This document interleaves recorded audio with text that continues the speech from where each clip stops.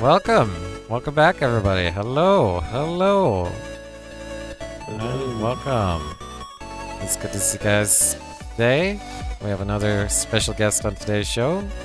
We're catching up with my good friend, Rokkoji. How's it going? Rokkoji.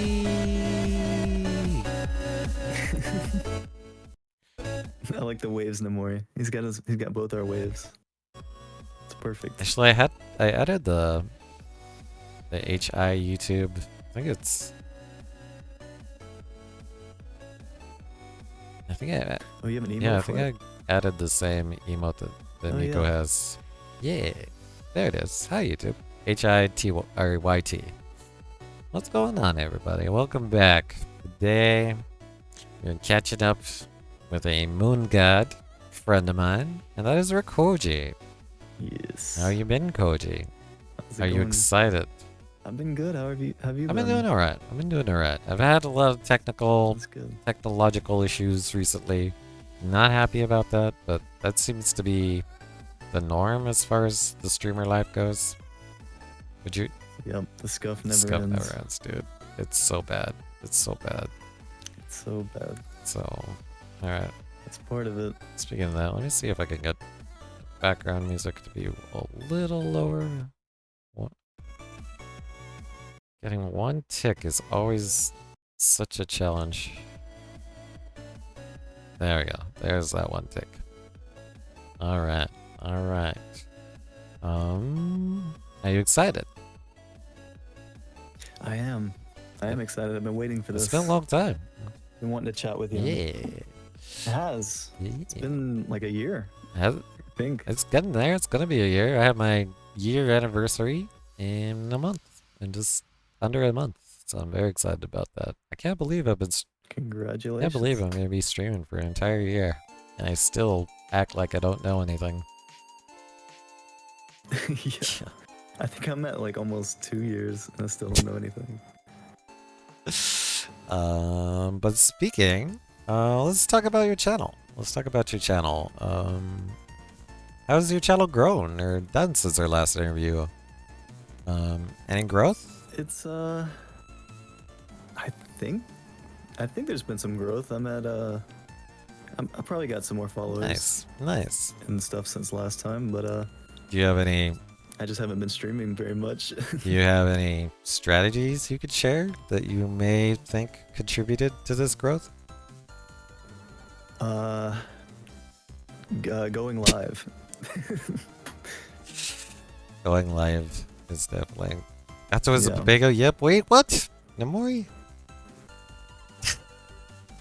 He is Namori. Hey. Hey. You're right. Be nice. Be nice. It's rough out here for us, like a small streamer, a small community streamers. 'Cause we don't make much money from this, so we have to do other things to go make money. And so it's tough when No. you don't really have enough free time because you're trying to make money elsewhere. Mm-hmm. No, we're smart and technology is just Pepega. Technology's Papega. True. True. It should do. It should just do what we mean, and not what we say. We really should. Yeah. Got to only pause. No. Haven't got down that route yet. Yet. Although I did my first chat roulette stream. That was an interesting experience. Oh yeah, I heard. Yeah. I heard there was no peens. No peens. I was Which is always good. surprised we didn't see a single penis. I'm happy about that. That is surprising. I heard. You have a 99% chance of seeing one. Yeah. The entire community was very fortunate on that one. Alright. Let's also talk about your channel some more. Have you discovered any new games that you enjoyed streaming? And has your taste of games evolved? I have. I like doing horror games more Really? on stream than off stream because I've realized I'm a big baby. So when I try playing them off stream, I'm too scared to. So when I have a chat, holding my hand, I can make it through it. Nice. and enjoy it. Nice. I have to say, actually, horror games are good content for the chatters. Like, they enjoy seeing Yeah, us freak the F out. Actually, I watched you play Five Nights at they really Freddy's, do. and that was kind of fun. Oh yeah, you did. Mhm. That game is so hard. I did not realize how hard a 15-year-old game was. It's 15 years old? What the fuck? Yeah, it doesn't feel like it. And I've heard that a 3-year-old beat that game, so I kind of feel like I should go back to it and try. Wait, a 3-year-old beat that game? How is that even possible? That's what I've heard. I have no idea. They don't need. They're just built different these days. They don't even have language yet. What the fuck? No, he's just he that's how he's gonna speak. He's gonna speak in through like video games. We hold Koji's hand. It's like iPad kids, you know. Mhm. They know skibbity toilet before they know Oof. how to say hi. Damn. That's incredible. Koji's worse than a 3-year-old. Technically, yes, but if I go and beat the game, if I speedrun it, Honestly, then I was watching you play, I can show 'em and up. I still don't understand the whole purpose or how to play. Yeah, I don't really. It seems like it's like set up to do certain things. Like it's not random or anything, at least for the first couple nights. So I started to get the pattern down, but yeah, it's still like a lot to keep track of.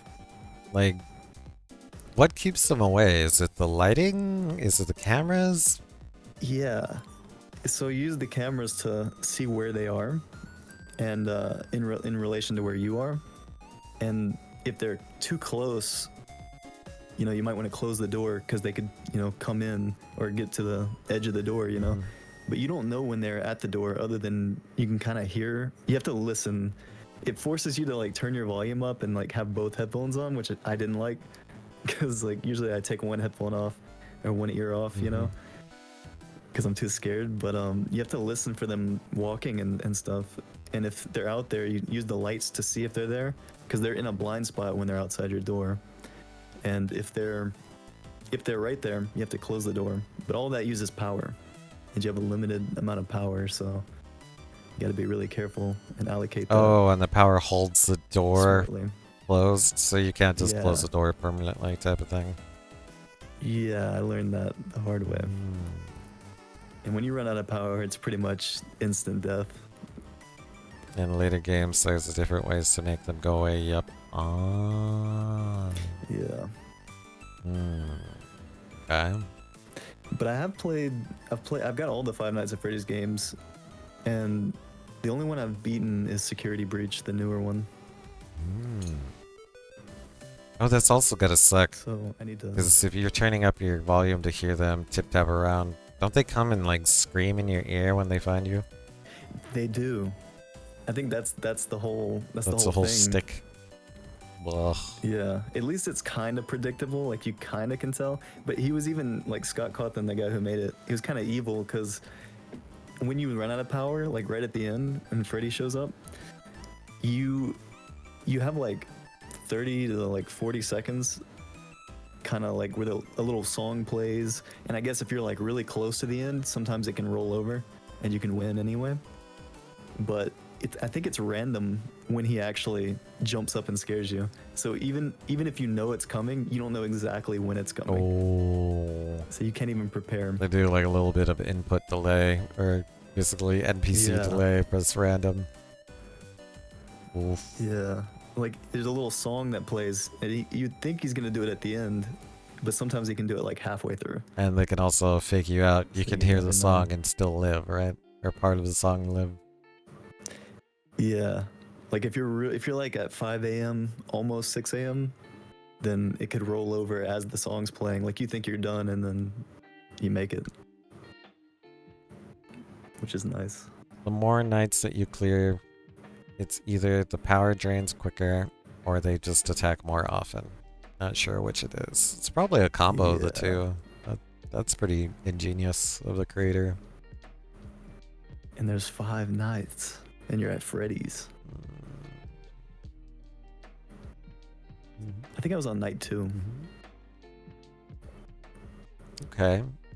All right. And if I recall correctly, don't you do some type of art on your channel as well? I Yeah, you do. do. I do some 3D art. I do some. I'm actually working on some like traditional like 2D art. Yeah, Right now. tell me about your So 3D art and your, what type of projects you got going on right now. I started 3D modeling and trying to learn that about a year and a half ago. Mm-hmm. And I was making some good progress at first. Like I learned the software. I have ADHD, so I kind of got sidetracked. Like it's when I'll hyper focus on it for like a month, and then I'll jump over to something else. Like in that time span of learning, when I say learning 3D quote, I jumped from Blender to like Unreal and started trying to learn that, and I jumped from that to like DaVinci for editing and stuff, and I've kind of mixed them all together. So I've really been learning like a bunch of different stuff and not focusing on one. So I feel like my progress wasn't as much as I wanted it to be, and that made me not really want to stream it too much until I got better. So lately I've been kind of trying to go back to the root, of it. I've never really done art. I've never learned traditional art or anything. So I'm kind of trying to go to square one and work my way up from there. So Okay, but do you have an ongoing project you could tell us about? not really, other than just studying the basics, like lighting and stuff like that. Because it all plays into Unreal, it plays into Blender, all that stuff, like lighting, composition, values and everything, anatomy for when I'm trying to do character modeling and stuff. Okay. But haven't tackled any projects yet. I feel like I'm not there yet, skill level wise. Rokkoji says, or Demori says, didn't you draw a post-it note not that long ago? Yeah, that was during my live 2D phase where I was trying to learn that, and I realized that's actually what made me realize. I was like, wait a minute, I don't know how to draw. So I need to learn how to draw before I learn how to rig it. Eggs. So yeah, it was a pretty scary post-it note. Okay. All right. Let's talk about Twitch for a moment. There's been quite a few policy changes and different changes all associated with Twitch. Has that impacted your streaming experience? And have you had to adapt to that? Not mine, and I guess probably not yours too much either, considering we're VTubers and we're cats. It's more like, I guess the policy changes have been more towards like, hasn't it been like nudity and stuff like that, and there was a little arc where they were trying to take away sponsorships and stuff, which I think small streamers don't really get affected by too much until they're at the point where they can start getting those. And that's all the ones I can remember. Yeah. So I've had to deal with the content labels. Like, oh yeah, like I've done some spicy content on my stream, and now I gotta make sure to strategize when I do content that's spicier or graphic in nature, and so I've had to be more cognizant of that. And then I've also just recently got bitch slapped by YouTube. I am in YouTube jail right now. Wait, really? Yeah.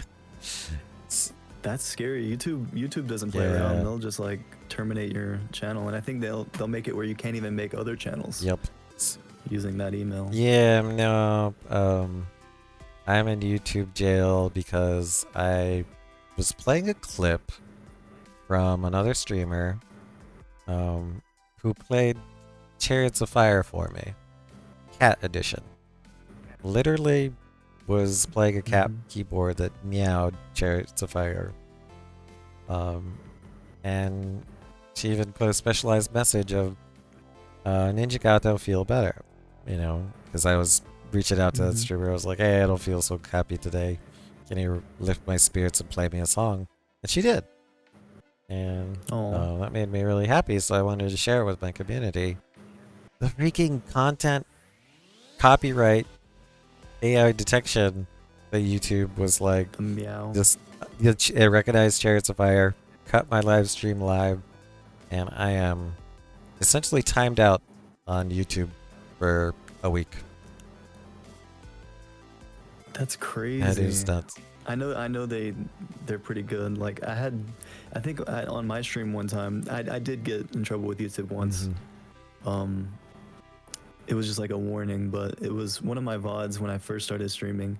I had fireworks in the background because I think it was New Year's. I literally just played a YouTube video of fireworks, which could just be recorded from outside. There's no way they can know. It's just like explosion sounds, you know? Like the video wasn't on screen, but they picked up a few seconds of that, and it was like, nope. Oh, somebody copyrighted a fireworks display, and you played that quote-unquote copyrighted content. It was like some person filming it from like a street, and they content ID'd it somehow, or they claimed it on their own thing. It's like that guy who claimed the washing machine jingle, and it plays in the background, and they can content ID it and take people's stuff That's down. so stupid. Hey, welcome back, Dark Kiss. It's so stupid. I will shout you out later. We're doing an interview stream, and this is my friend Rokkoji. My 3D VTuber is currently broken, so I had to default back to 2D, which is fine because Koji taught me that with the 2D app, you can collab and be in each other's worlds and streams together. Yeah. Yes. No shot, please. Yeah, I find it ridiculous the amount of stuff people are copywriting or copyright trolling with on YouTube. I think, yeah, copywriting fireworks, bro. Why'd you break your Yuri model? Yeah, like I don't try to do stuff. It just crazy. happens. Dark Kiss. Yep, there are plenty of fireworks sounds and common sounds effects that are in Content ID system. Even something as simple as a cough or a clicking sound. You know, that was what Bard was telling me. The Graceful Bard was telling me. She has a sound effect that her Roland keyboard makes. And then somebody made a song with that same Roland keyboard using that same sound effect. And it identified it as that person's, and she's gotten copyright slapped for that. Well, that makes you wonder, like, everything. Like, how can they just take any sound? Like, at what point are they gonna if you're like, say you're typing on your keyboard and it picks up on your mic or something, and you have certain switches, and the brand of switches decides to copyright their own switch sound, and they can just copyright. They can content ID when you press a key. Like, how does that?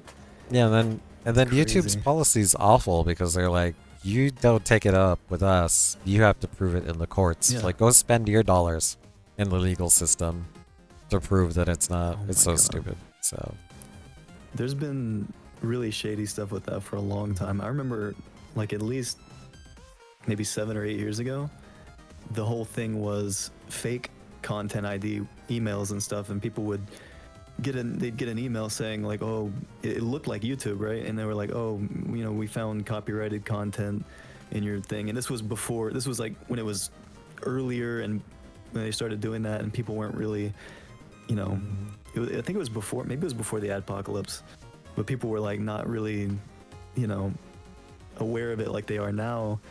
And it was actually scammers sending these emails and saying, okay, you need to put your information in here, you know, like your contact information, your name, your social security, stuff like that, to be able to, you know, get in so you can dispute it, right? So you can, you know, fight it. And basically people would send their information, and then people were getting doxxed, people were getting like ID it was theft. a big mess.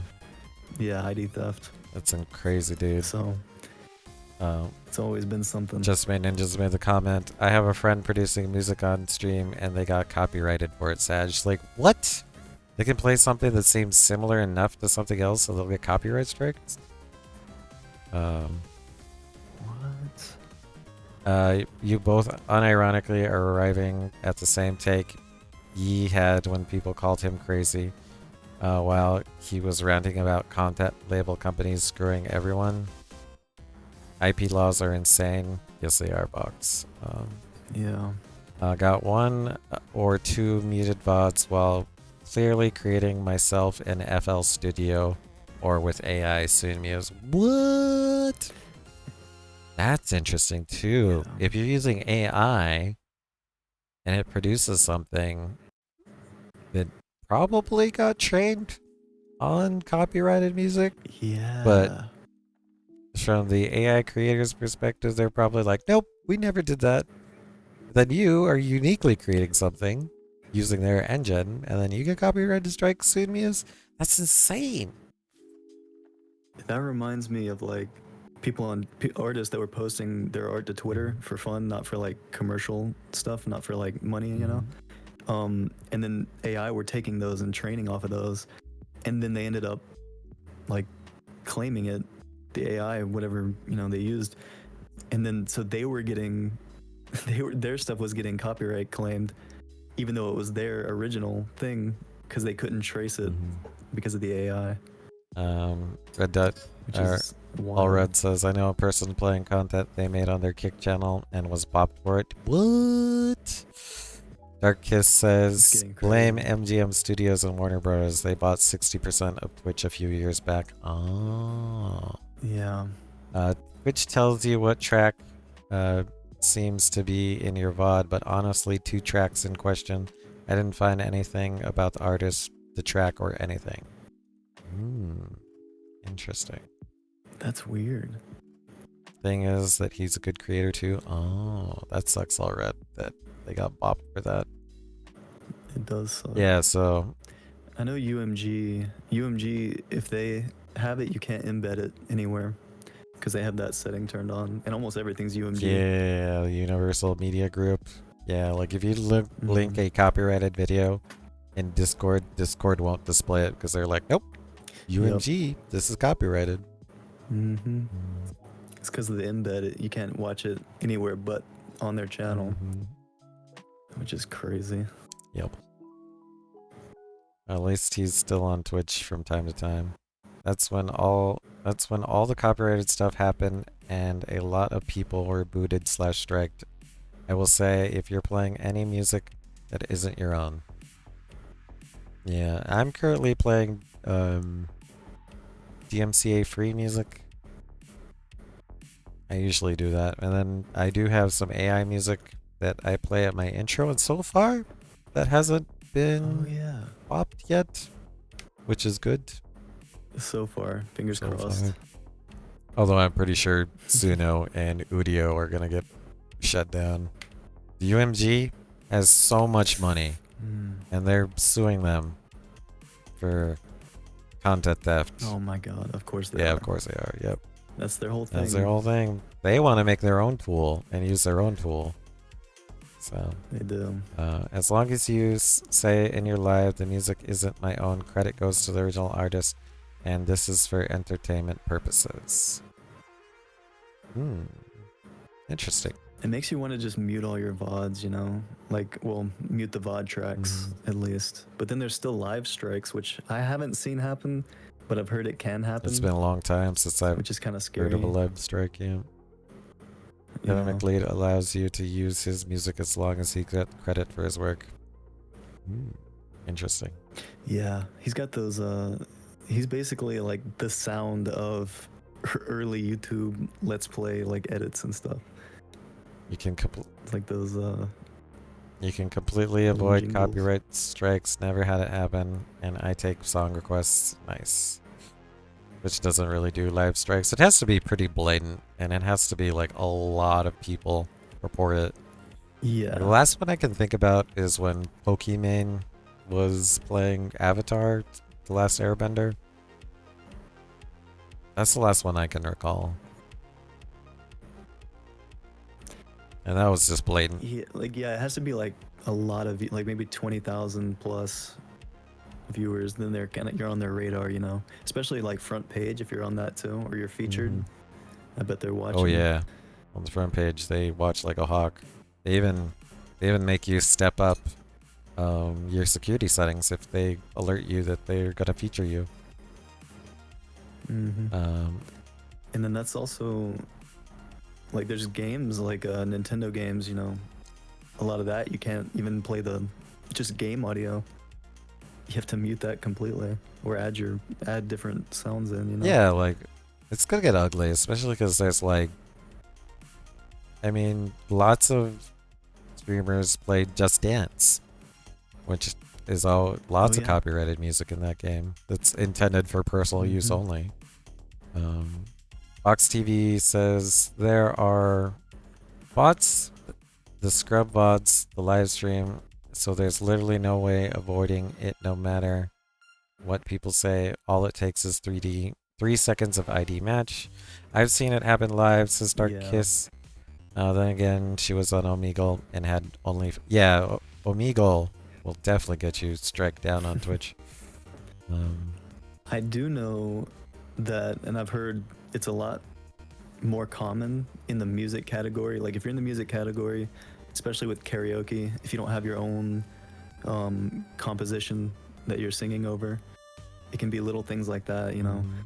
And they'll get you a lot faster on that than anywhere else. But yes, it's crazy. Soon. But yeah, I haven't gotten a strike yet, and I've just been kind of doing whatever I want, playing whatever I want. So Yep. it's pretty good about muting it. But if it does have some in there that I'm like, I know that's copyrighted, and I know YouTube's gonna know it is, sometimes I'll just not send it over, you know? Yep. Okay. I'm gonna read a couple comments and then we're gonna ask another question. Their arguments are a paradox, says Sudmuse. If I can't copyright something my machine does, how does a manager copyright something someone else does? The training issue is one thing, but I've listened to music in my live and then create music. Eventually, the music will consist of all my experiences. Is this a copyright issue? AI datasets are just bigger, but the reason it's able to create music is the same why people can. Yeah, I think it's definitely getting complicated. Fox says also Twitch doesn't have any tools for automatic content ID takedowns live. Oh, allegedly. Allegedly. It's like how they don't use a bot to moderate. They don't bot ban or anything like that. Allegedly. Yep. And then Dark Kiss says, yes, you can't do chat roulettes live here. You will get banned because there's no way of filtering someone else's content. Yes. Yep. You will definitely get a peen for sure. Definitely. And Box also says, chances are if you're using any common sound effect, even if they are not in the VOD, you'll probably have 1,000+ violations logged on some content ID bot site. You'll never know about them unless somebody wants you down. That is scary. That is scary. And I guess it's a whole different beast when you're monetized, you know, like if you're affiliate and you have ads, that's definitely more serious. Yep. And then Darkus says, you know, the amount of prawn I've seen live on the front page was foul. Usually takes them an hour to shut down a stream. Yikes. Yeah, because I have this DJ horn. And I'm like, did that put me on a copyright watch list now? Hey, what's up, GeoFracture Games? I will shout you out a little bit later. Hey, Geo. What's going on? Alright. Yeah, the platforms have evolved and it's complicated our lives a little bit, but we're still streaming. Alright, let's have some personal life questions. I know you don't give too many details, so don't talk anything you're not comfortable with, but how's your life changed? Any interesting life changes? And has it impacted your ability to, stream or be creative? Yeah, there's been there's been some changes, and it's definitely impacted my ability to stream. I don't have as much free time as I used to. I have a few jobs, but in one of them, I've got I'm in a different position, so I'm on call more. So it's more that I don't know when I'll get called in, and stuff like that. So I can be like midstream and then get called in and have to go, which is what I'm worried about. Kind of hasn't happened yet, but I know it will at some point, and that kind of sucks. But also, just I've had I'm gonna probably have to move soon, so that's gonna be something that takes up a lot of time, and that sucks. It's never fun to Moving's move. such a big pain. Oh yeah, and it's for such a dumb reason too. It's basically, I can say it just because it's such a funny. Well, it's funny now, but it wasn't funny when it happened. But my landlord won't renew my lease. My landlord kind of hates me. For no reason. She's kind of mean, and everyone's kind of got a problem with her. But this was like the only place I could rent for the last 2 years, being a student, and also that allows pets because I have a cat. It's not the best place, and I definitely could find somewhere better. And I've been thinking about it for a while, but this lady, for whatever reason, hates my guts. And like, my air conditioner broke, she wouldn't fix it. She wouldn't even let me fix it. I think I ended up actually going out to the air conditioner. It's an old air conditioner because it's an old building. You know how hot it's been this year. I had to do something. There's no way I could survive without air conditioner. So I went out there and fixed it, and I think that's the thing. I think she found out that I did that, and that's why she's saying it was like a quote, like destruction of property or something like that, but not like in a. It was actually the opposite. It was me fixing it, but because I did it and I didn't hire someone officially or whatever, she's using that as the reason. I think she already wanted me out. But I'd rather, be cool and alive. You know what I mean?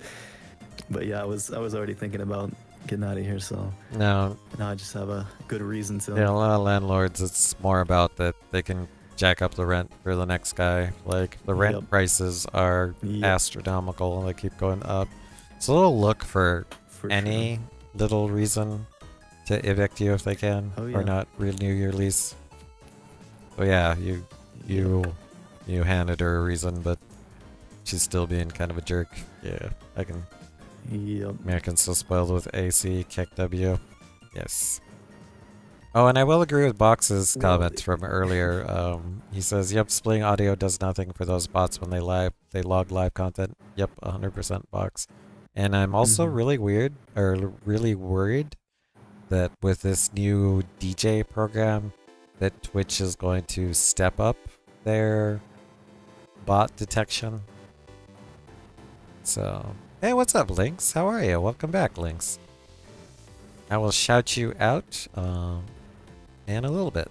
I have a lot of people to shout out, but have you seen Lynx? Lynx is like one of the coolest Beat Saber players I've ever seen. Oh, really? I love Beat Saber. He's so good. I'm really bad at it, good. But I respect people who are good at it. He's literally like god level good. Like, I'm amazed. Oh my god. Yeah, I know a few people who are really good. Oh, he doesn't. High PP. He doesn't think he is, but I think he is. To be clear, the bots do not come from Twitch. Content ID bots have nothing to do with Twitch. Yeah, but I'm saying Twitch's tools aren't very good, and I suspect they're doing that on purpose, but I feel like with some of the agreements they're doing, they're probably going to have to step it up, and they'll use somebody else's tools that's better. Yeah, I tend to do lobbies with pro players. I'm not good. Well, I'm willing to bullet. I'm willing to bet the lobbies get brutal. Yeah. Yeah. Alright, yes, but I don't understand how you could even think to try to survive this summer without AC in America. No. And it's broken every single year. And I've complained about it every year. It's just, yeah, it's definitely... Everyone I've talked to about it said, yeah, you definitely need to get out of there. So It's for the best. It's for the best. Oh, Gato won't be able to do drama soon due to copyright content. I don't know, Pete. If that changes, like, I don't know if I'll want to stream anymore. Like, that's part of a major piece of my content is my news show. I enjoy doing the news show. Yeah. That's kind of a hot topic though, isn't it? Like the React stuff. But I think as long as you're talking enough and contributing to it, it's fair use, right? Fair, again, what- fair use. Still the YouTube policy is you'd have to prove it in a court, and so go spend your Yeah, legal okay. resources. Of course, they make you jump through hoops. I mean, yeah, only come for the game. And yeah, I know that that's what you come for, Pete. Yeah. Oh, let me ask you challenges. What are some of the biggest challenges you've faced since our last interview, and how did you overcome them? Challenges. I gotta think about this one for a sec.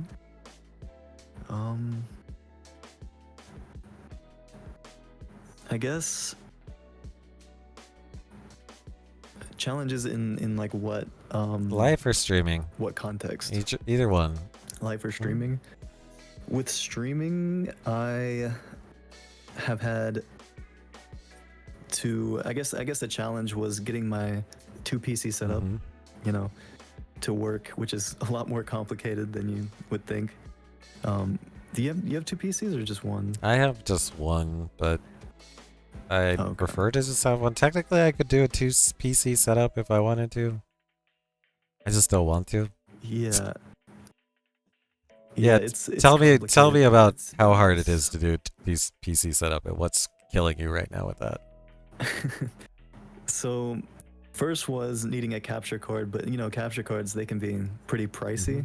And I look at it and I'm like, it just does the same thing. It's just an HDMI cable, right? That's just running, you know, from one PC to another, but it's like sending it through USB at, you know, one stage of it. So I'm like, I guess the expensive ones and the cheap ones have to be, you know, pretty much the same as long as they're the same resolution. So I had to find one that was cheap enough that I didn't feel like I was getting scammed, which I did. I found one that was like $15 and it does just as good as I imagine any other one would do, which was good. But the audio is broken on it, so then I had to line out from the other PC to my streaming PC. But then when I did that using an aux cord, there was loop. like interference sounds. Yeah, you created a So ground then I loop. had to get a clean. Yeah, I had to get like a it's a cleaner thing, and it like Ground loop basically isolator. grounds it. Yeah, ground loop isolator. Yeah, isolator.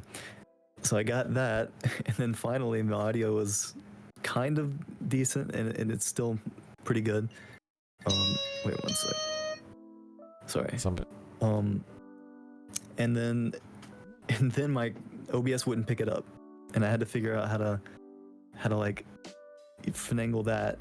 And I have 2 monitors on one PC and 1 monitor on the other. So now I had to buy a KVM to switch, you know, between those, and that's the whole thing too. KVMs aren't cheap either.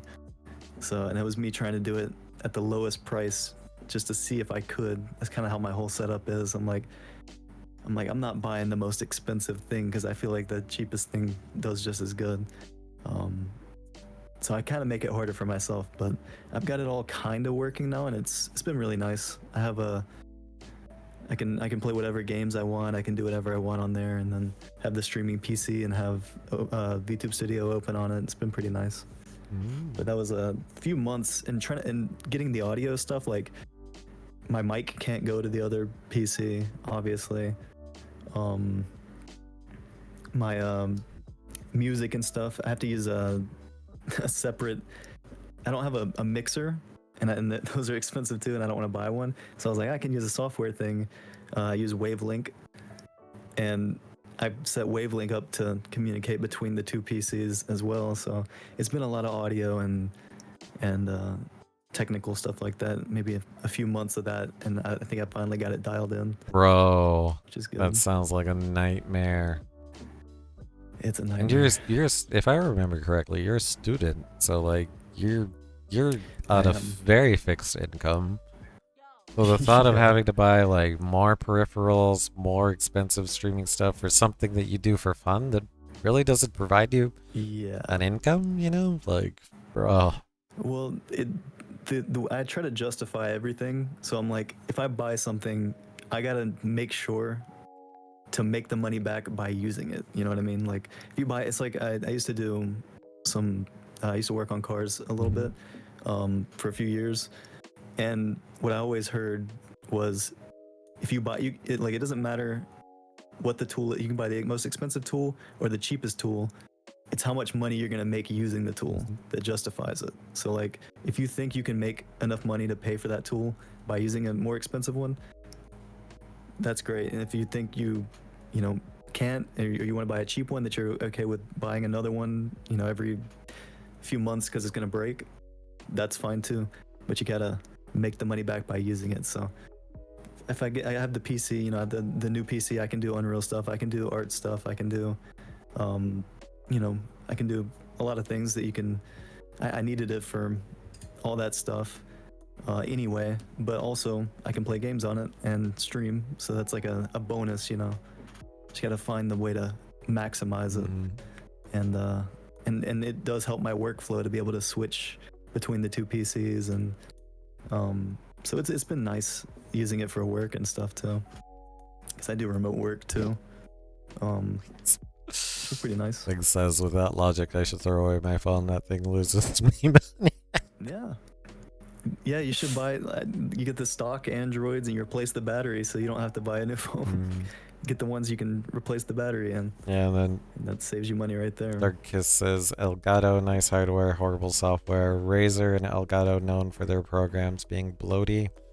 I will say the Wavelength program's decent for what you get. Yeah, Like you could buy just a stream, or I have the Stream Deck, and that software is helpful, but I haven't gotten it to work. But it sounds like you have, which is good.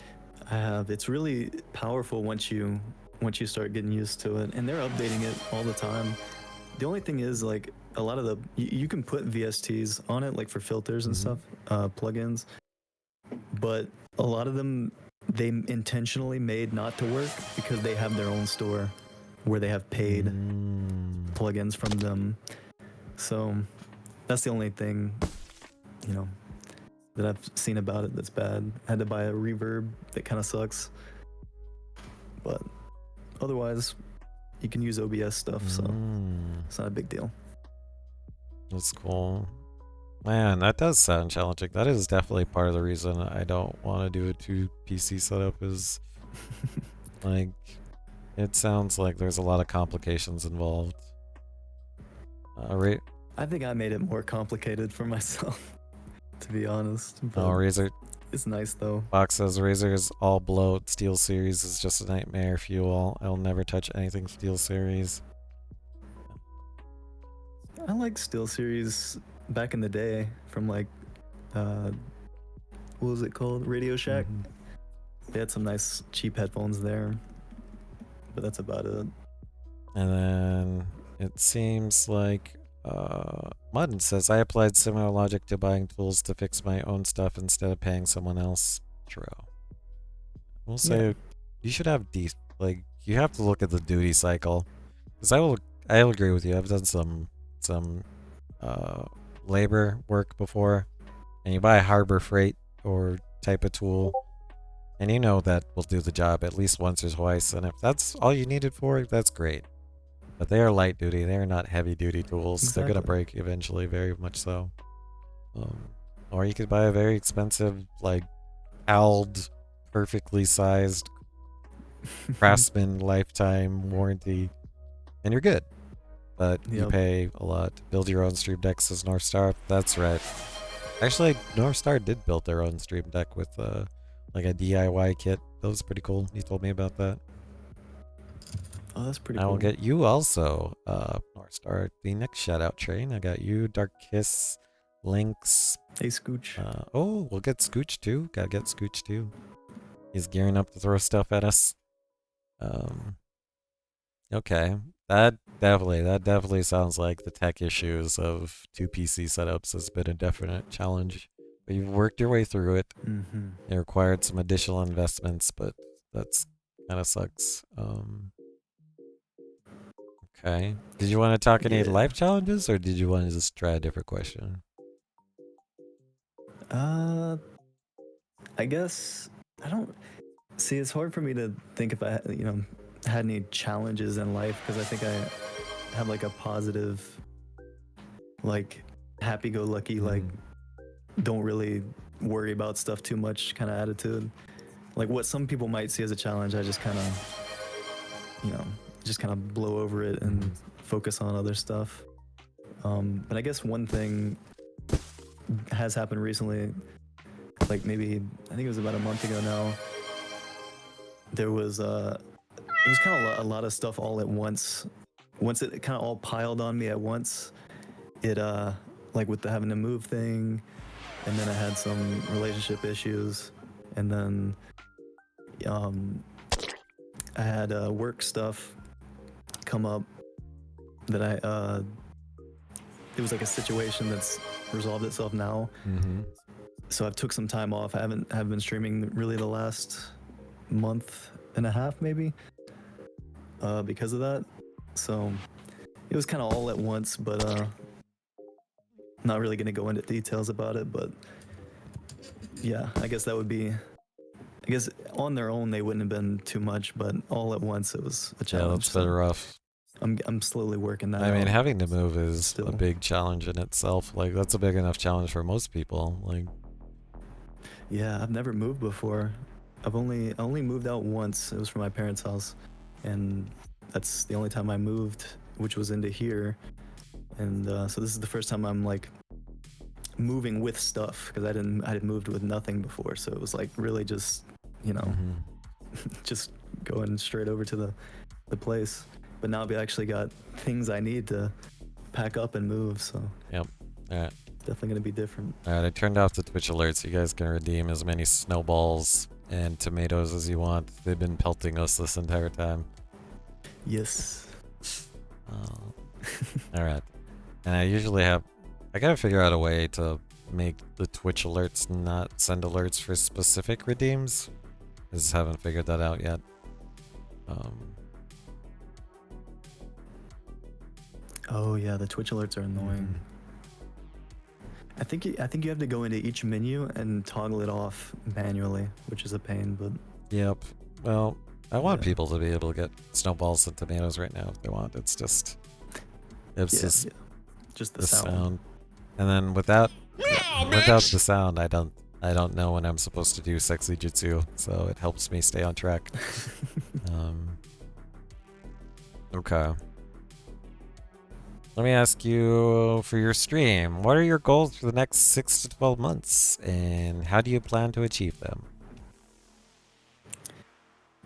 For the next 6 to 12 months, I guess my long ongoing goal has always been to try and be more comfortable on stream, which I'm still not. I'm still nervous, and I try to. What? I try to. I just kind of wanna. I wanna hang out on stream as if I'm not streaming, which I know is probably impossible, but that's. I think I'm getting closer and closer to it. Like I could just forget the streams on and just be me, but I feel like I end up. You know how it is. Like you, when you're talking in front of people, and you get in your head, you start getting nervous, start stumbling over your words and stuff sometimes. So as long as I can like play a game and focus on that, I kind of forget. But I want to be able to be like that all the time in the stream. Um, you know what I'm saying? Mm-hmm. I want to say. And as far as Oh, go for it. Go for it. oh, go ahead. Nope, nope. You go. Keep going. I was gonna say as far as like a goal, a new goal that I've decided on recently is I want to do more. I want to do more art stuff. I want to do more like Unreal Engine stuff, Mm-hmm. and hopefully, from what I've learned, I can help maybe other people learn some stuff and teach them and start making some tutorials for stuff, because I think people who make tutorials are like heroes, you know. Because when you start learning something and you're doing it on your own, those people who make tutorials, good tutorials, they're like everything, you know. And I mean, that is. and with the YouTube algo the way it is, tutorials, like finding an actual good tutorial is harder than it's ever been, in my opinion. Oh like yeah. Unless you find one by chance and then follow that person, and you know of them, it's just hard to find consistently good ones. Yep. All right. Also, let me revisit something you said. You said that you're nervous on stream? Like, as a viewer, when I'm in your channel, I would have never have guessed that. Like, you just seem all natural, comfortable, hanging out. Like, you've been faking it well enough that, like, you're making it, in my opinion. Because I'm like, I've never thought that you were nervous or not. Like, you're uncomfortable on stream. You just have this natural flow about your channel, even when you're playing games. So, it's a compliment. It's a compliment. So, take my compliment. Well, I appreciate that. So, it's definitely like, I know how I am when I'm, you know, by myself, and I want to be that way on stream, but I feel like I'm not, even when I'm watching myself back. But I guess I'm still being me, just kind of. I definitely hold back a little bit, and second guess, because, you know, I'm scared I'm gonna say something I'm not supposed to say. I don't know why, because I never do, but that's just the fear, you know. Like, oh, am I gonna say something that's Twitch doesn't like? You're gonna get canceled. Am I gonna show something? Yeah, am I gonna show something that Twitch doesn't like? Because stuff that I would just like Google and search up, I'm like, now I have to be aware of copyright, or if it's, you know, TOS or something, stuff like that. It just kind of it makes me tense a little bit, having to. It puts a little more pressure on me. And Omari's than just my usual. Omari says, I never thought Koji felt nervous. So he agrees with me. Well, that's good then. That's good if you can't tell. Yeah. But I do want to feel less anxious and nervous, because I've always had anxiety, you know. And Box TV says, just say it. He's of the opinion, if you have some hot takes, just let them out. Just let them out. Like, just let it rip. It's your channel. You know, it's you for your space to say what you want to say. That's a new goal. Then I'm gonna yap more. I'm gonna yap, because it takes me a while to get to the point of what I'm trying to say. I need to refine it. Yep. Sunmia says, a lot of tutorials dealing with the AI stuff are just advertising paywall project or Chinese ones that somehow don't work on Hugging Face. Yeah, a lot of tutorials are just garbage. Yeah, where you get like 5 minutes in, they're like, oh, you can pay for my masterclass. This is just a sample. Pay for it on ArtStation or something, you know. And it's like, well, I thought this was a free tutorial, you know, that you were doing just to help people, but it's gotta have an extra layer to it. Yeah, they just want you to watch that 7 to 8 minutes so that they get that ad revenue, AdSense or whatever, and Yep. I don't even, it's like intro for a minute and change, and then outro and mid plug. So like you only get like a minute or two of actual needed content, and it might not be what you're looking for. So then you've wasted your entire time, you know, like. You did. I've noticed that more with art, like with drawing and stuff, tutorials. It all goes, like, literally almost every single one of them is just it's just an advertisement to get you to a class that's like $300. That I feel like these are like beginner tutorials, and if you're, you know, a beginner, and you, at least for me, I feel like if I paid for one of those and went through it, I'd probably get like 2/3 of the way through and be like, and drop it, or feel like it wasn't what I was wanting, and you can't really get a refund, and it just kind of, I don't know, it's a commitment at that point. When it should just be free, to the point tutorials. So that's what I want to do, at least. That's what old YouTube used to be. Yeah, I commend you. I want to do a service. Yeah, Royal Skies, like, he made that point on his channel, that's the whole point of his videos, is just to give you the information you need and out of YouTube, which goes against what YouTube wants. They want, you know, you to redirect your people to keep watching and staying on YouTube, which Yep. And he's great. Uh, Love him. Love Rose yep. guys. Sunmu says, regarding your streams, people are there because they like you, what you're doing, and how you do it. So no need to fear, actually. Yeah, it's your content. Oh, thank you, Sim. Yeah, just enjoy it. Okay. Yeah, that's what I gotta do. So that's my goal then. Oh, and Nomori, to your earlier question, sure. yeah, now that I've turned off the Twitch sound alerts, yeah, redeem all you want. Do whatever you want. Get more tomatoes, get more snowballs, anything you want. All right. Next question.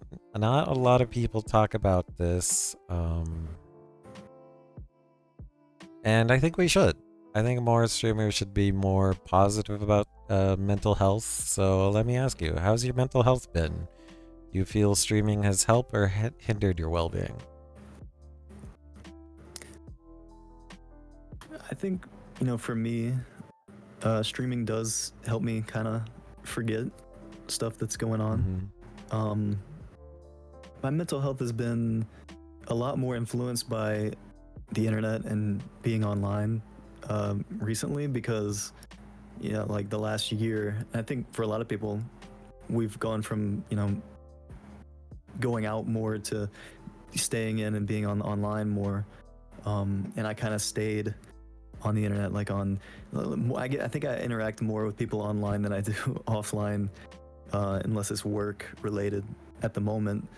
And so it's kind of hard to separate it sometimes, but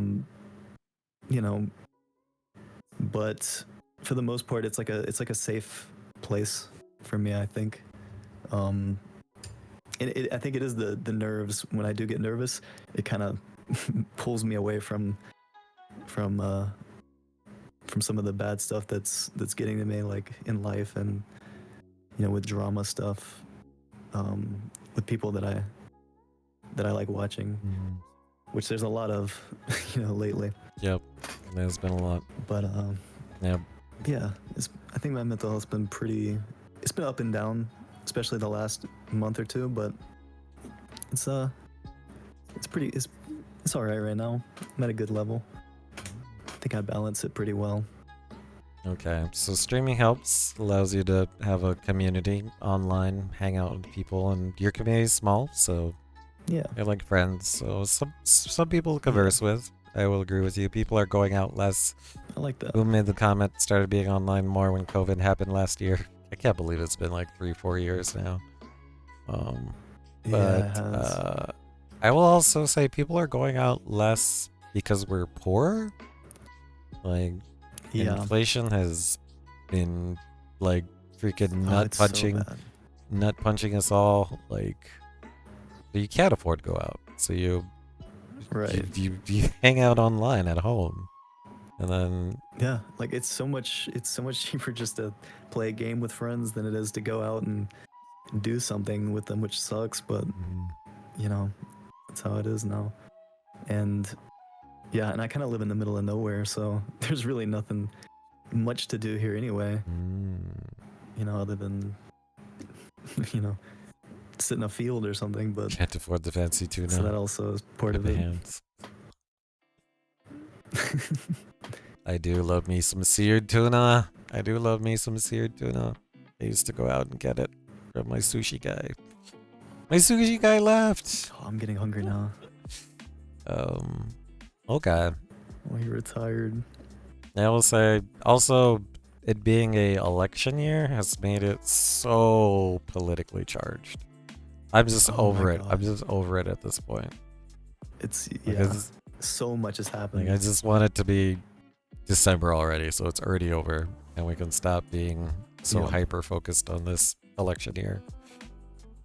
It feels like it's been June, July for like 6 months at this point. It was like January and February were kind of slow, and then everywhere in between kind of started picking up and going faster, and now the last 2 months has just been slow again. It feels like. Can't afford new Amazon orders for free boxes. No, boom. Inflation has put my ambitions to study back in the basement after a few years. Yeah, it's been. And you have to move, dude. That's expensive as fuck. Yeah. Oh, dude. You have no clue. Yep. Yep. Okay. Yeah. Let me ask you. Well, you've grown and you've matured. Life has done that to you, whether you like it or Yeah. not. It's done some character development. Yeah. Has your community grown and evolved? Are there different kind of interactions on your channel now with your viewers? I think I've been doing more. I've been interacting with like other streamers more and doing some collabs and sharing audience a little bit more with that. And I chat with a lot of them, outside of stream, and I feel like there's more I can talk about, and I feel like I know them more, so it's easier to chat with them. But I kind of like the smaller, smaller same people. I mean, I like new people coming in too, but I just feel like it's nice to talk to my boys and girls. Yep. But Everything's going along nicely, Cheesy Bread Cat. But I did see you do a new interactivity recently on your channel, right? Like, you had it where people joined your stream. Oh, the Unreal Engine thing? Yeah, so that was when I was like, okay, I need to crack down and jump on this Unreal Engine train and make some cool stuff.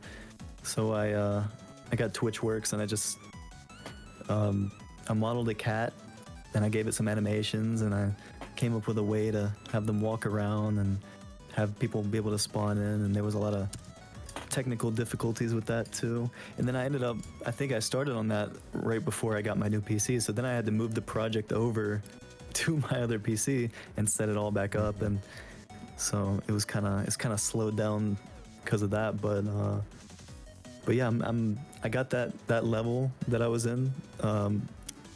I got it refined. I got it more optimized. I got the lighting looking better.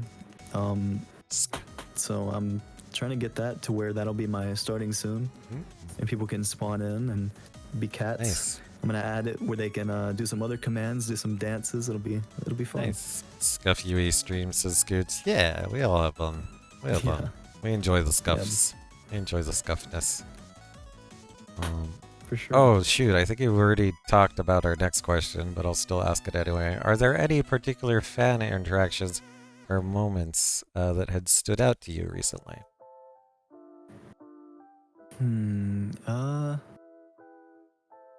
I guess not in particular. Well, okay, Namori made me a little art of one of my old Final Fantasy streams with the that hand, the pinching hand on Twitter that all the VTubers were doing, the little pinch thing on their PNGs. He had that on there. Oh, nice. And I thought that was pretty cool.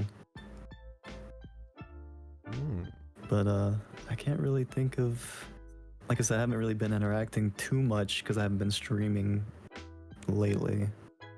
But stream as you can. Obviously, you got stuff to deal with moving and stuff. Yeah. Yeah. Do you incorporate fan feedback into your content creation, like your project or UE project or your stream project? Oh yeah, for sure.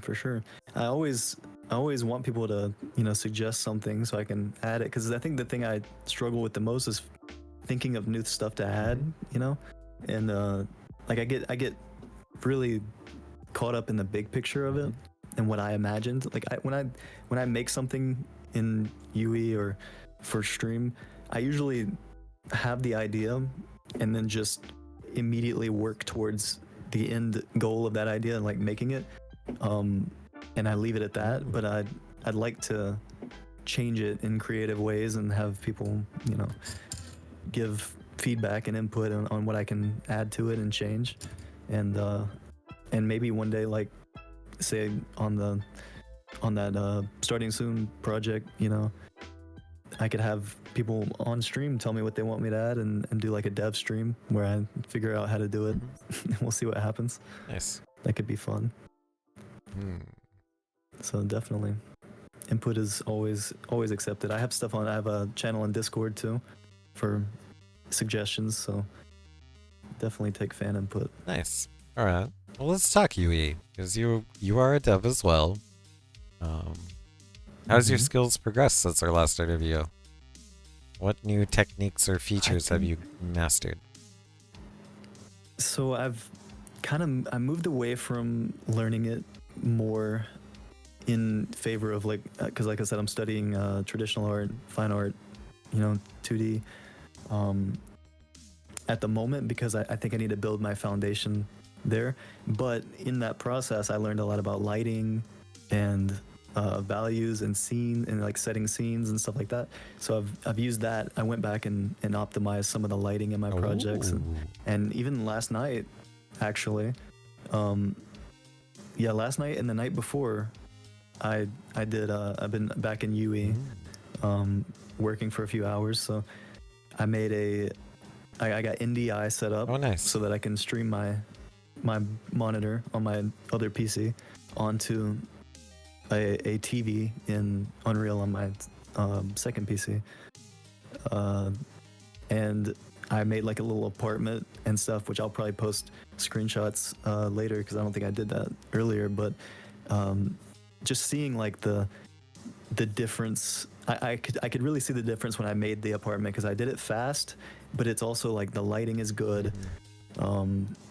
Everything is like there's no like artifacts, no like glitching. When I had problems, I knew immediately how to address them. It wasn't like when I first started, where every like 5 minutes, every time I'd do something, I'd run into a problem and spend like an hour troubleshooting it. Nice. I just kind of know what to do now. I can set up materials. If the materials are messed up, I can fix those because I've done it before. And if I want to add something, I can call back on things I've made in the past. And so it's just building up that experience, I think, over the last year, that I can really see it coming together, and I can be a lot more creative with what I'm doing. And it's looking pretty good. Nice. So yeah, I'm pretty happy with it. And I'm glad I started on it, because I always think of funny things to make in UE. Like I put Joe Biden in Unreal. What? And I gave him a sword. I gave him the great sword of Artorias. Joe Brandon. Oh, I can send you a video. Let me send you a video of this. Cool. We'll take a look at it during the other segment. Yeah, send me the video. Send me the video. That's definitely nice. Yeah, I think since we last spoke, like I've done a tiny bit of dev stuff, because I'm more into the content creation side of things, but I learned to use dispatchers, which was pretty cool. I used a dispatcher to send. I bought fireworks for the 4th of July, and I put them in my project, and then created a 4th of July show, fireworks show, for my community. It was fun. That's really cool. I have something similar. I'd looked for fireworks on the marketplace, and I just didn't find any that I liked, so I ended up making some I made some particles for it. So I was like I didn't know anything about Niagara, so I was like, well, here's my chance. Nice. So then I just sat there and made those, and so we got those set up in my scene too. Battle Biden. Yeah. We'll take a look at Battle Biden a little later. Gato can now Battle Biden. look at Booba and oh yeah. That was a development Boom made for me. You've seen my Booba and binoculars. Boom made me those blend shapes. I have seen the that. Booba binoculars and the hard eyes. Yeah. Now I have to manually do stuff. Yeah, that's the only thing I don't have in UE is a model that I can use. That's kind of what I'm trying to work towards making in Blender. So. Yep. Like having my own thing, Alright. Nice. Alright, let me get my notes back up. Yeah. Hey, what's up, Dead Son? Oh man, I have so many people to shout out now. I'm gonna have to do a shout out train. Hey, Yeah, Dad. Dead Sun's here. I interviewed Dead Sun like 2 weekends ago. That's my dad. That's your dad? Your dad is Dead Sun? Yeah, that's my dad. What? Yeah, What? I'm his son. He has Dad Son Prime. How goes the son? Dead Sun Prime? It's doing good, Dad. I'm winning. I didn't realize Dead Sun and fathered children. Nice. Well, I knew he had kids, but I Yeah, did. he's the best dad. Nice. He came back with the milk. Aww. I've never seen mine Yeah. since he left. You love to see it. Oh, Okay. one day. It's never too late. Alright, so let's talk. And if not, you have Deadson. Let's talk, you know, UE, because I need more motivation in UE. Let's see. What development processes have you been following in UE, and what challenges have you encountered, and how did you overcome them? I think the challenges I've had the most is finding assets. And because when I first started UE, my ambition, which I realized real quick was not realistic. My ambition was to make all my own assets to use instead of buying some or finding free ones. But that was just I did that for a while, and I was like, no, this is way too much work.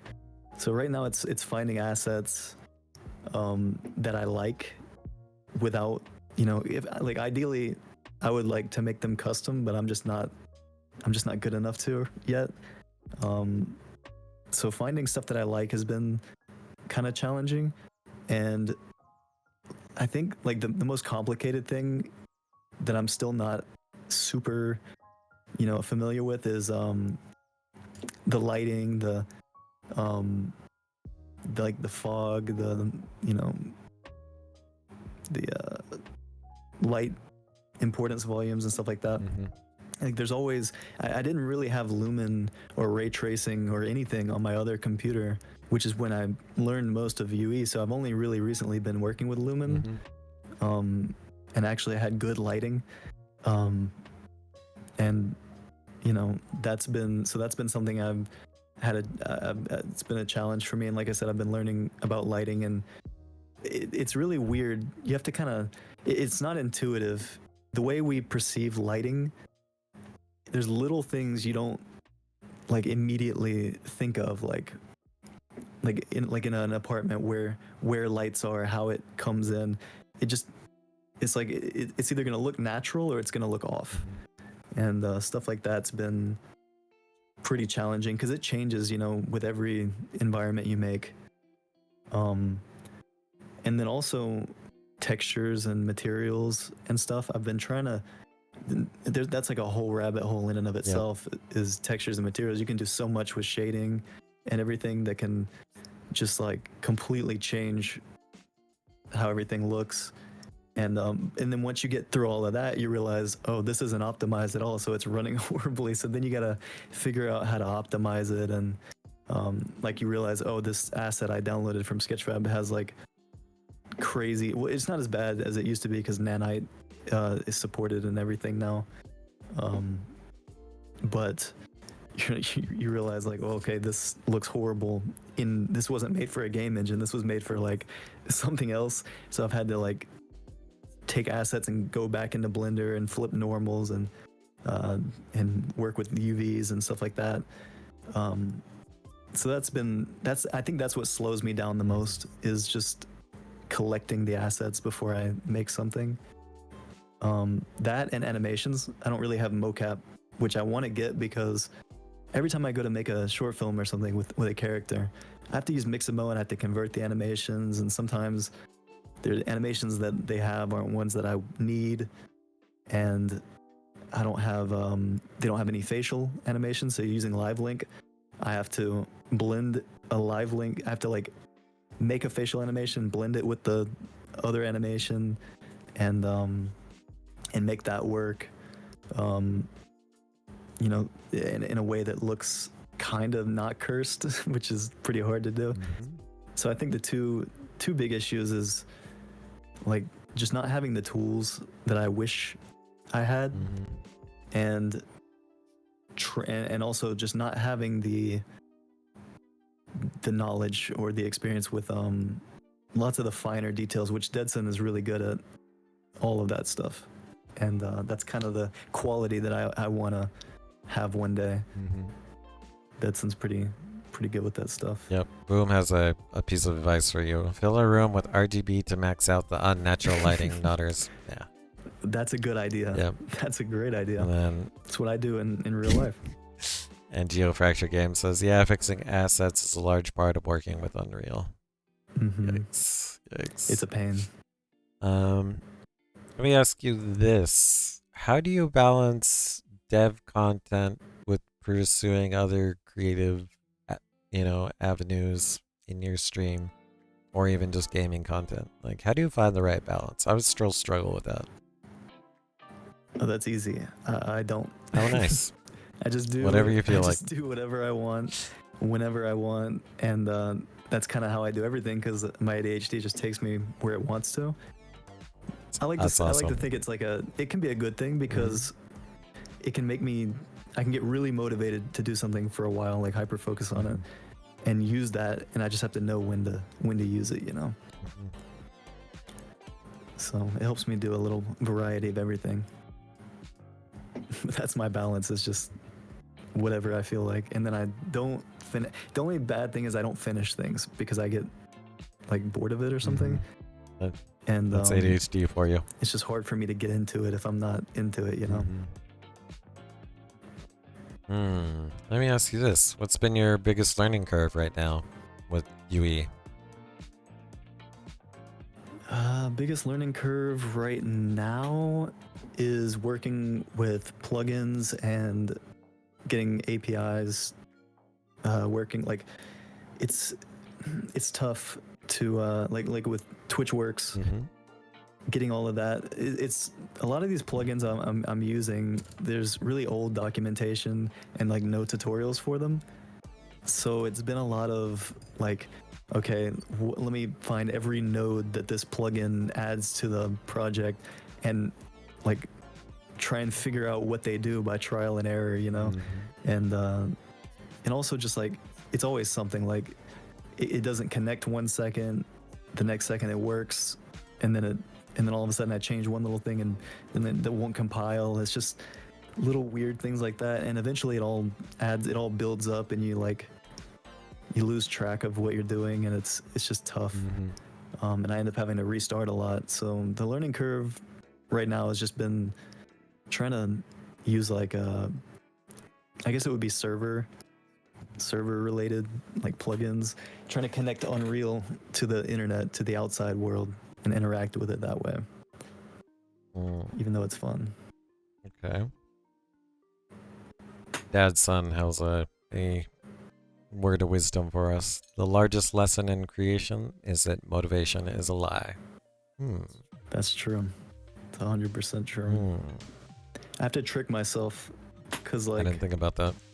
if I say I need to study something or I need to do this, I'll like say, okay, I can put this stream on in the background and I can only watch it if I study, to give myself in like an incentive to do it. But it's not like I'm motivated to do it. It's just tricking myself to do it. All right. Do you plan to involve your community in some of the dev stuff? For sure, definitely. That is one thing I want to work towards. It's the same thing that's holding me back with everything else, is that I just don't feel like I'm good enough to do it yet, and I'm scared to learn on stream because I'm a slow learner, and I feel like people are gonna judge. But I know even though I know they won't, it just feels like I don't want to look like an idiot. I kind of want to look like I know what I'm doing. And I just feel like I can't focus either when I'm on stream, so it makes it harder to get any actual real work done. And I know I'm not the only one who has that issue, where it feels like it's hard to get work done and not just get distracted and start doing something else. Yeah, well, on stream. But I will say I have that same struggle, because sometimes I feel like having your community watch you bash your head against the wall trying to overcome a UE obstacle isn't good content. Yeah.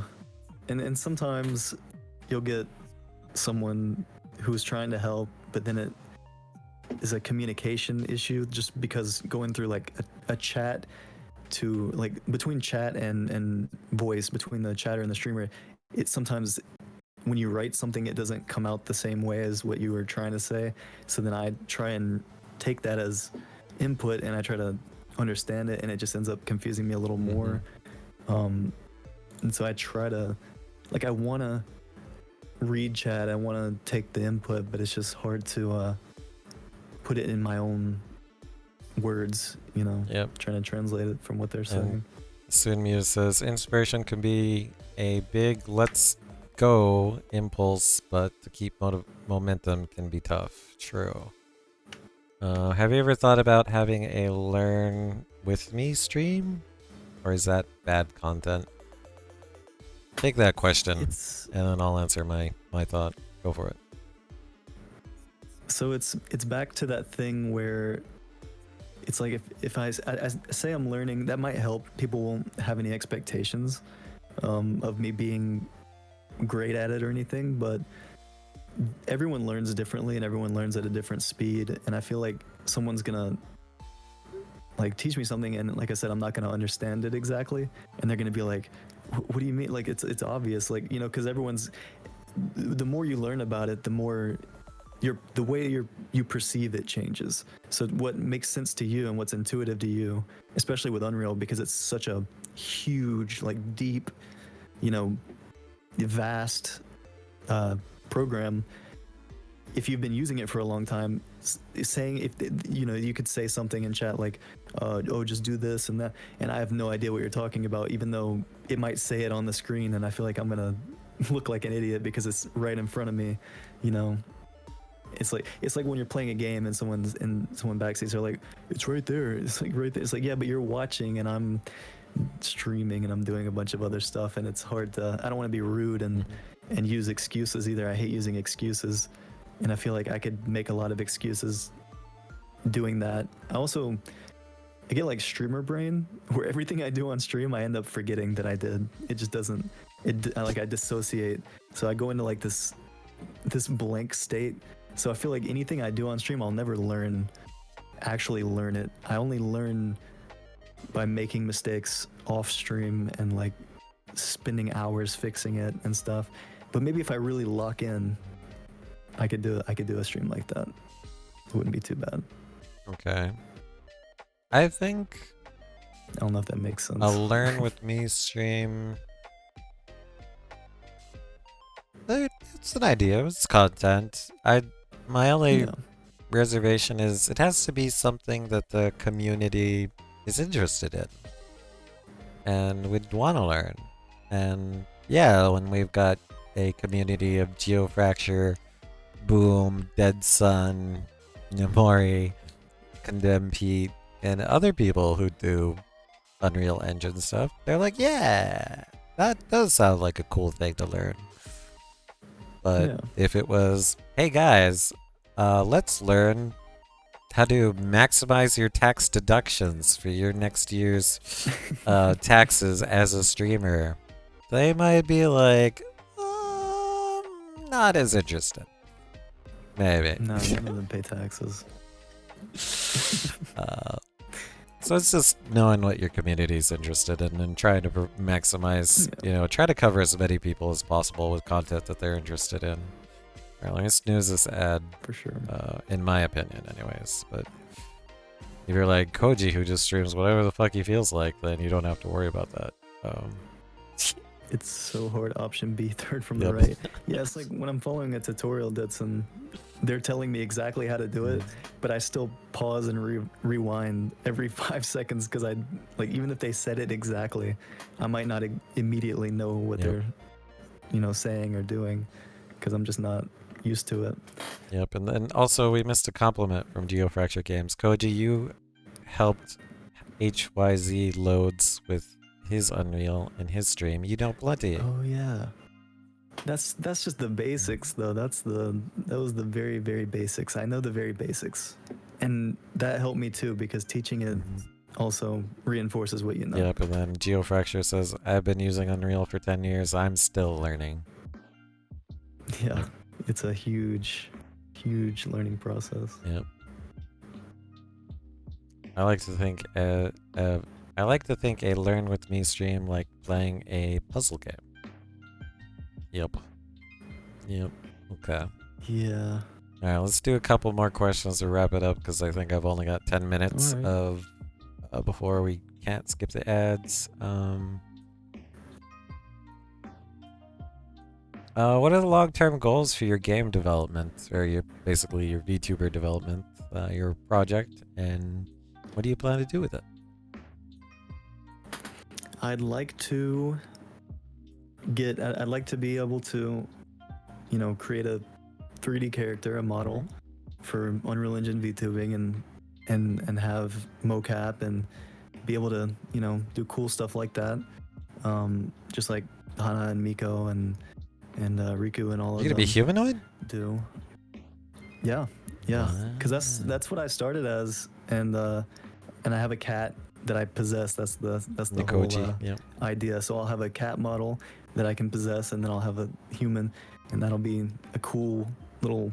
I can switch back and forth. But recently, I've also kind of wanted to, like I said, learn how to draw and do 2D art, so I can make a live 2D model for. If my computer's like, I don't want to do this, I can switch to a live 2D model playing a game or something that takes a lot of resources. Oh, if you're playing a heavy game. Yep. Yeah, and I like to have my own stuff that I made because it feels more personal. So I can I want to make both of those things, and that'll be ideally. So Boom does that humanoid versus her cat form, and Boom is saying cat is superior form, by the way. Yeah, it kind of is, yeah.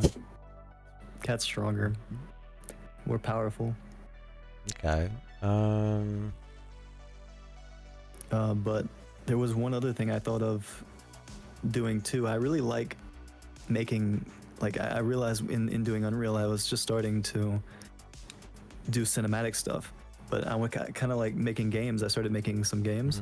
So I want to also turn mine into a game and be able to switch from, VTuber mode to boom, check and redeem something, and then a bunch of enemies come and I fight them. It goes into third person and it's a game all of a sudden. That'd be cool too. That would be fun. That could be something. Yeah. That would be fun. And then Jack could spawn and I could slice them. That's right. That's kind of like what Dead Sun has, where people can spawn in, or when they raid in, and then you have to fight them and go pew pew. That would be fun. Yeah, that's super cool. Like games inside of the VTuber scene. Chatters love to fuck with us. Having anything that they can screw with us with would make them so happy. Spawn bosses they love their toys. Yes, they love their toys. Spawn bosses with bits. Yes. Yeah. Yep. Just like that. All of a sudden. Or a maze that Jack can control and walk me through. Take notes, Boom and Dead Sun. You could probably figure it out before we can. Yeah. All of a sudden, I have to go to Helldivers mode, where you gotta pull out your gun and start firing on something coming in. There you go. Just hear a knock on the door. Oh, FBI come! You gotta fight the FBI. They're coming in. Yeah, I gotta fight off the FBI. It'll be fun stuff. Tower defense. Oh yeah, that could be fun. All right, that's cool. All right, and then do you have any future collabs or plugs that you want to talk about? No future collabs. Usually, I kind of just plan them impromptu, a week at most a week before. So, other than this, except for me, nothing really. Yeah, except for you. I want to plug this stream right now. Everybody, go to this stream right now. Okay. All right. Well. All right, and then I will open it up to the chat. Let's get any questions. Got those? Anybody from Rokkoji's community? Any questions for your streamer? I will give you a question while they type. Since you're moving, if you had a choice to move anywhere, anywhere in the world, where would you move to? I definitely on the West Coast, I think, because I've always been on the East Coast, but everyone I know feels like is on PST time zone, and I feel like I almost live in that time zone anyway, and I think it would be kind of nice just to be in that time zone in general, and also I'd need to be on the coast because I've always been on the coast, and I feel like that's where I'd be most comfortable. So anywhere there, like I don't know about California, but maybe somewhere close, maybe like I think Washington is pretty nice. Washington, Oregon, that area. Like Oregon's pretty. Pacific Northwest. I like woods and mountains and stuff and nature. Yeah, Pacific Northwest. So somewhere close to the coast there. Not Sweden, says Namori. Also doesn't get hot. Being in the southeast, it's just humid and hot and horrible. So maybe more up north a little bit. Yeah, and if you ever need to collab with somebody on the East Coast because of your work, remember, got those East Coast too. Like, just hit me up. Oh, nice. Yeah, I'm East Coast too. I don't know why I thought you were West Coast. I'm East Coast. Oh, it gets hot there, but it's nice. We have the Northern Lights here in Sweden. Oh, so jelly. Oh, the Northern Lights. I heard that there's a day soon that New York is going to come down as far as New York. Damn. And they can see it. Okay. That's going to be pretty cool. Nice. Okay. Okay. All right, come on, guys. You gotta have questions for Koji. You're not gonna let him get Any off. questions? You're not gonna let him get off that easy. Come on. You guys could ask me any question. Let me come up with another stupid question. I think I already asked you the superpower question. So, if you could magically cook something, like all of a sudden you have the skill to make an elite dish, what elite dish would that be? Ooh, I think it would be udon stir fry or something. Udon stir fry. Yeah, sounds because that's good. like one of my favorites. Or maybe fried chicken. Fried chicken. If I could like snap my fingers and just have it, you know what I mean? GeoFracture Games asks, what's the best pizza topping? Koji, go. Pepperonis. Pepperonis. And recently I've tried pineapple, and it's not bad. So yeah, pineapple's not bad. It's just not what I want to pay for or my first pick. If they, yeah, you gotta like balance it. If you do pineapple, you gotta have a lot of sauce because it kind of balances out the sweet with the acidity. and Amori apparently asks if you have a penis, or not. I do. Last time I checked, I do. So when you're out tonight, can you pick up some Mountain Dew? I forgot some. Also some bananas for your mom's smoothies. I definitely can. I will definitely do that then. Scooch is unsubbing to us both because we said pineapple on pizza's just okay. Well, I think I went so long, without having it, and I heard so many bad things about it that my expectations were really low. So when I tried it, it was better than I expected. Okay, so you have So you I had have a good to introduction. you have to come from my perspective. I was starving, absolutely starving, and this was at the Ninja Academy, and it was our pizza party day.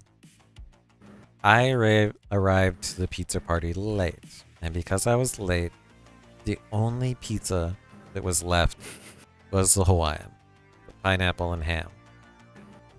It was eat pineapple and ham and satiate your insanely crazy hunger from doing ninja stuff all day, or go hungry. I ate that. Well, the choice I is went. obvious. I ate that Hawaiian pizza, and it was okay. I was I'm so hungry. Like most things would taste good, and it was decent enough that I went for a second slice. Like, But do you like it? Would you order that? If you weren't, if you had more of a choice. no, that is definitely my last pick. It's the bottom of the barrel pick. Okay. Like, I just don't think it's. See, I've only ever had pepperoni and cheese pizza, so I guess I just haven't been very adventurous. I do like black olives, too. The raccoons Can't go wrong outside with the that. trash would have offered you something better. Gooch. Pineapple and pizza, not bad with ham. Yeah, Yeah, it's pretty yeah, good the Hawaiian. with ham. Yeah, pineapple works well in pizza Just not too much if there's pineapple. a salty meat on it. Yeah.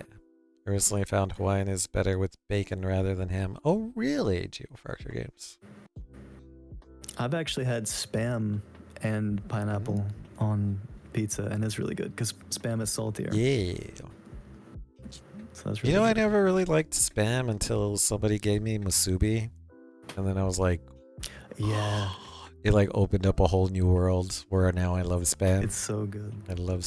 There was a few months where I just survived on spam and white rice. Just fried spam and white rice. So I kind of got sick of it, but it was really good. That's what I looked forward to. I like spam and Korean dishes. I've never had any Korean food or anything. I've been limited to just the local restaurants and cuisine and stuff. Oh, And we don't have any of that. Yep. I also just remembered Pip is East Coast, but he's weekends only. If you're ever looking for somebody He is. lab with, he's East Coast. Yep. I remember There's that. a lot of. There is a part of northern Italy that puts thin pear slices on pizza. I would believe that. I'd believe it. I don't know about that. I believe it. I don't know if I'd like it, but I believe it. Yeah, I don't know about that. That's a little too much. All right. Let me check the creator dashboard. We've got 3 minutes of ad break, so I think we'll just say bye to YouTube. We'll say bye to YouTube and do our fake outro. And say bye to YouTube. So, Okay. everybody, this is our catch-up session with Rokkoji. So, everyone say bye, YouTube. It was good seeing you. Good seeing you again. Hanging out with you guys. So, Bye, YouTube. bye, YouTube. So, let me get the stream ending. Where are you? There you are.